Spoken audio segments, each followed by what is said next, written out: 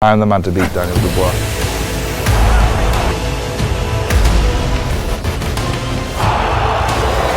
We're going to sleep.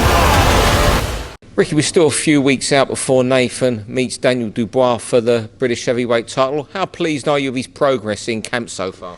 Yeah, brilliant. You know, it's a fight, keep going over it that, Nathan's wanted for a while.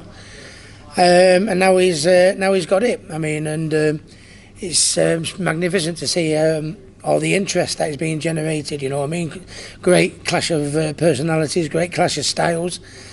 And, it's happening a lot sooner before anybody really expected, really, with the so little fights and little experience they've got. And the lads are getting a lot of praise from it, and well deserved for it, yeah. How happy were you initially for it to be this early? So you just say Nathan's wanted it since the day he walked into this gym 3 years ago, but he's a fighter, fighters fight anybody. What makes you think it's the right fight at the right time? When you compare how your career was brought along at the pace it was. Well, I was happy to accept the fight because I think he beats him, and it's as simple as that. I mean, Nathan has got wonderful ability. I think most people would probably tip Daniel as the favourite, to be honest. And because of sometimes a couple of performances of Nathan, where I think they think, oh, he's a nice boxer, but, he's a good kid, he's a nice kid, and I think there's still that feeling around Nathan, but I know otherwise. I know what others don't, and that's the reason why I accepted it. I know how well he does in the ring. He's done round after round with Tyson and round after round with so many good heavyweights. They tell me how strong he is and he can hit hard. And let's have it right. I said he's got to have to show that against Daniel Dubois. I think ultimately the fact that he's the better boxer and more speed and better open movement is all well and good. They'll make him miss and pick him off and that. But it's what he does when he makes him miss and picks him off that he's got to do. And I think that's what I think the Dubois camp are going to get a shot with. I think they just think he's a good old little boy. He's a nasty man when he gets it. And the only two fights he's got nasty with are the people that have put him on him. He's only had two fights where they've put him on him. Sean Turner and Sokolowski in his third fight, and he stopped them both. I think he's better when people come and make him fight. I think when they come to just survive, I think he switches off. So I think the better the opponent and the style of the opponent that we've got in Dubois, I think the better he'll be. What have you seen apart from those two fights that you mentioned that makes him, in your words, a nasty man?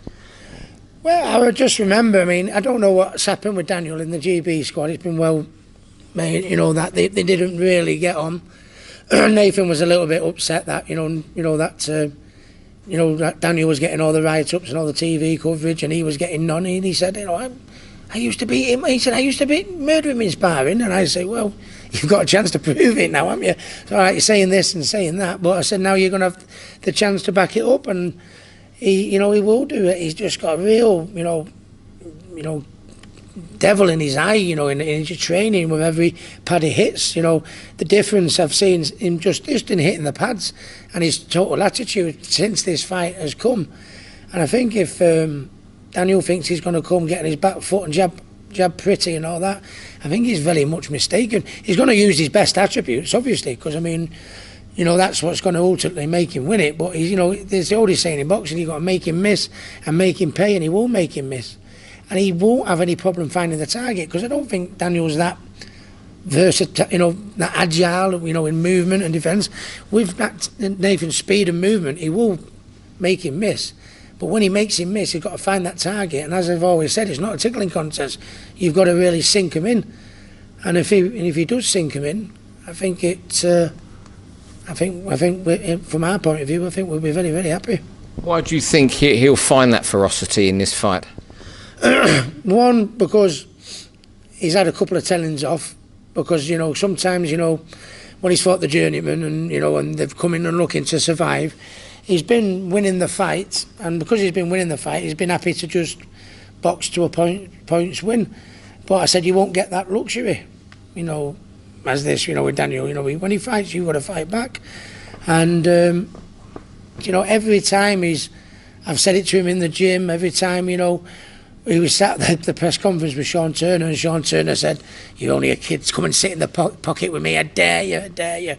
And he did.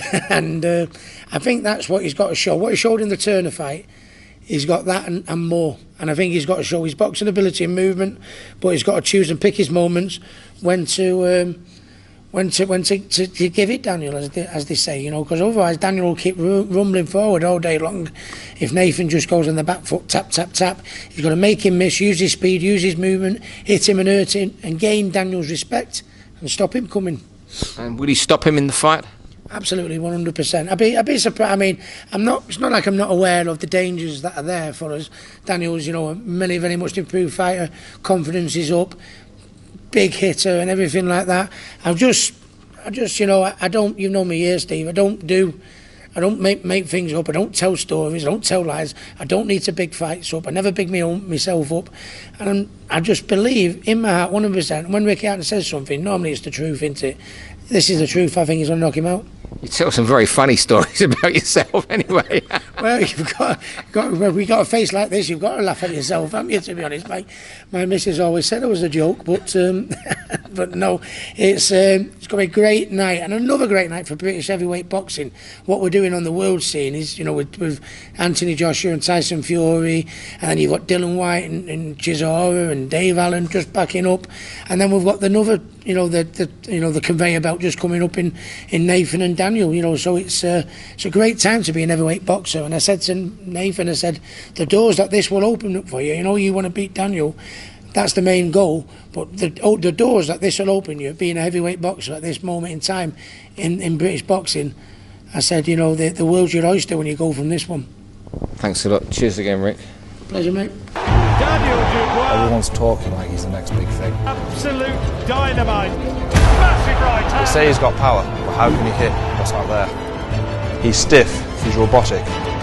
I'm too fast, I'm too slick. Nathan Gorman. I've sparred him before. Ask him how that went.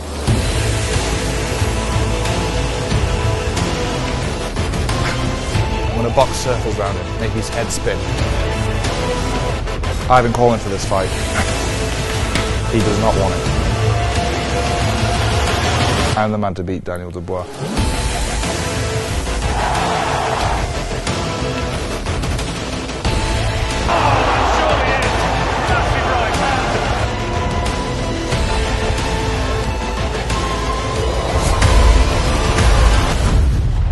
I'll see you on fight night. You're going to sleep.